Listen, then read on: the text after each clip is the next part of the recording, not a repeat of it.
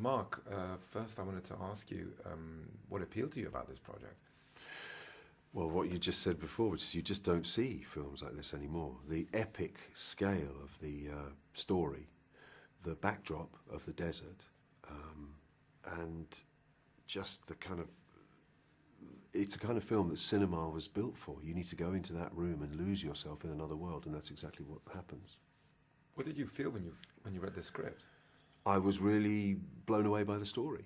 I just felt it was almost... somebody also mentioned before, I can't claim credit for this, but it's Shakespearean in its structure. Two warring families, a young man growing up in between those two, or between two fathers.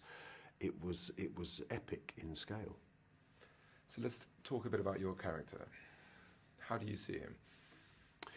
He is a very honourable, very traditional guy, a great believer in the Quran. He believes that money is an irrelevance. Honour and love are the stars a man should set his course by. And but on the other hand, you know, he's not perfect. He doesn't believe that there's a place in the world for medicine, for example, something that he adjusts his thinking on during the course of the film. So he's traditional, old-fashioned, and in that is there is good and bad. The film tackles that subject of the struggle between tradition and modernization. Don't you think that's one of the themes of the movie? Definitely, it's a very powerful theme. It's a coming-of-age story of a young boy who has to decide what he's going to take from the past, i.e. Amar, his biological father, and what's useful to take from the future, the forward-thinking Nasib, played by Antonio Banderas. And I'm sure Tarek Ben Ammar, the producer, the reason he's been so fascinated with this project for 35 years is because really it's the dilemma of the modern Arab world. With the wealth that they've inherited, how are they going to move forward from here? What kind of a future are they building for themselves? And in doing so, what are they going to jettison and what are they going to keep from the past? Powerful scene at the beginning when you have to say goodbye to your two sons and you tell one of them, who will end up being the hero of the story, don't cry because tears are a waste of water. Can you talk a bit about that? It's a great line. In the desert. Obviously water is the most valuable commodity, and the idea that you're wasting them in tears and that a father should admonish his son about something like that is really poignant. But he's also a stoic and believes that the pride of the family is at stake, and even a young boy shouldn't be showing weakness in the face of his enemy. His enemy played by Antonio Banderas. What can you say about Antonio? He's just not only a great guy and great to work with, but I think he's a fantastic Nasib because he brings a humour and a kind of a hidden mischief to that character, which just brings him alive. That kid with the tears is your son in the movie, who then grows up to be a leader, and then you reunite 15 years later. What did you think of Tahara's performance? Astonishing. He's a great actor, and we all know that from A Prophet. But he had to do that journey from a young, bookish boy to a warrior, and he does it with ease, I think. What was the shoot like? Tell me, because I mean, you really did shoot in the desert, and there's no CGI there. I'm just curious to know how that was. It's fantastic. I mean, what I love is being able to do something that's very different from the thing I've done before. So, having spent months in a green warehouse making Green Lantern, in which everything was imagined, you know, everything you're looking at is not actually there. To make a movie in which everything you're looking at really is there is a real joy. You know, the sand, the desert really is there. You can see to the horizon those hundreds of 200 camels and horses and 500 extras, and they're all really riding past you or riding behind you. And you know, there's kind of no acting required in a sense, because you are slap bang in the middle of that world. How did it surprise you? To be in that world. It surprised me that I was able to pull off an Arabic character like that, because I felt a great responsibility to get it right. But I think the fittings we had initially for costume and the look of the guy made me realise that this book of Saudi princes and emirs that I've been given to look at, there was a very similar look that we created for Ammar to these guys in the book. And to be in the middle of an Arabic movie playing that part was, yeah, a real privilege.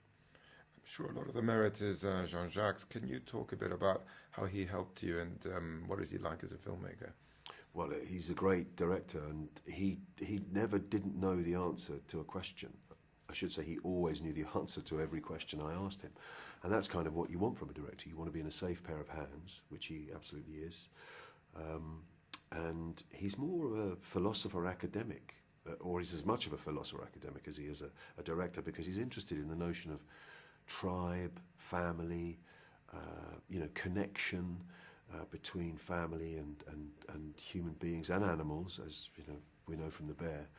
But he has an anthropological view of the world, which this film it's perfect for him. Following up on that, I was wondering what research, apart from getting the look right, how did you prepare the role? The script is the Bible. I mean, the character is given to you in the script. You understand what guy he needs to be within the narrative. So he was obviously very dignified, very honourable, very secure, very noble. He's a king.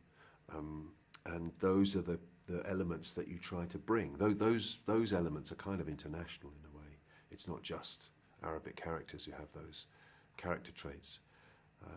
So once the look was there and the feel of the guy was right, if you're in the middle of the desert on a horse, chances are you're going to be in the right ballpark.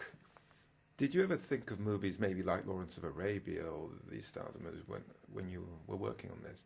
Yeah, there was a definite feeling that the film like that hadn't been made from an Arabic point of view for forever. And that, I'm sure, was one of the benchmarks, because it's such a romantic, epic setting, the desert, that Lawrence of Arabia is certainly something that we would want to try and emulate. And I think some of the music and some of the kind of sweeping shots of the desert are not dissimilar. What did you actually think when you finally saw the movie finished? Well, I was dying to see it. The premiere was at Doha and in Qatar, where some of the scenes were shot just on the edge of Doha. I unfortunately wasn't involved with those, so I'd never been to the Middle East in my life. So I got to Doha, and the setting was extraordinary. I have to say, it was this outdoor cinema. The print quality was phenomenal. The sound quality was amazing. I was sitting high up watching this thing. The backdrop was like Manhattan times 10. The air temperature was so perfect, you didn't even realise you were outdoors. I was just in a T-shirt watching the film. And I'd been doing press duties on the red carpet, so I arrived and I missed the first 15 minutes. So then I saw the film thinking, well, at least I'm going to see that. And then half an hour before the end, someone tapped me on the shoulder and said, you have to go on stage at the end. And I thought, what now? Oh, I'm watching the movie. So I missed the last half an hour. So I'm still waiting to see it in its entirety. What would you say, Mark, that you've taken back from this whole experience? Because it's not just any movie. This is really a very special film. Yeah, I think Tarak Ben Ammar's 35-year odyssey to get this film made.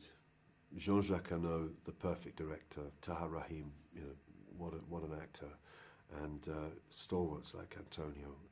It's been an incredible journey. The fact that it took place during the Tunisian Revolution, and as we sit here, the elections have literally happened in the last few days, so that's a real coming full circle.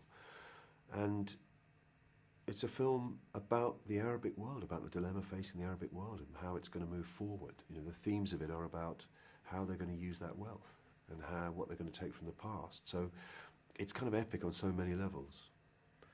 Following up on what you just said before, isn't it amazing that an actual revolution took place while you were shooting this film? I mean, it's not just obviously it is a coincidence, but it's quite extraordinary. Yeah. Well, a revolution happens within the movie in the sense that you have a young man who's defying, in a sense, both his fathers in order to go his own way. And that was made in a city where young men were thinking much the same thing. The film also brings up the subject of loyalties and who are you with? And, this man is struggling. He's trying to do the right thing, but obviously he doesn't want to let his father down. That's also a theme. And I think, in a way, his father learns from him too. I don't know if you agree. Absolutely. I mean, that's what's great about the film, is that these two different directions represented by the fathers, the forward-thinking, perhaps militaristic Nasib, and the backward-looking, perhaps old-fashioned Ammar, are still black. They're not just black and white. They have elements within them. So, Amar's mistrust of medicine is obviously not a good thing. There's no good being, noble and erudite and yet feeling that medicine has nothing to offer the world. And during the course of the film, he actually says to his other son, "Come to me with your plans, and maybe we'll have another look at them." So I feel that it's not just a rose-tinted view of the Arab world. There is an attempt to deal with all of the issues that are going on there at the moment. Thank you, Mark. Thank you so Pleasure. much. It's always such a pleasure to talk to you, and congratulations. Yeah, thank you.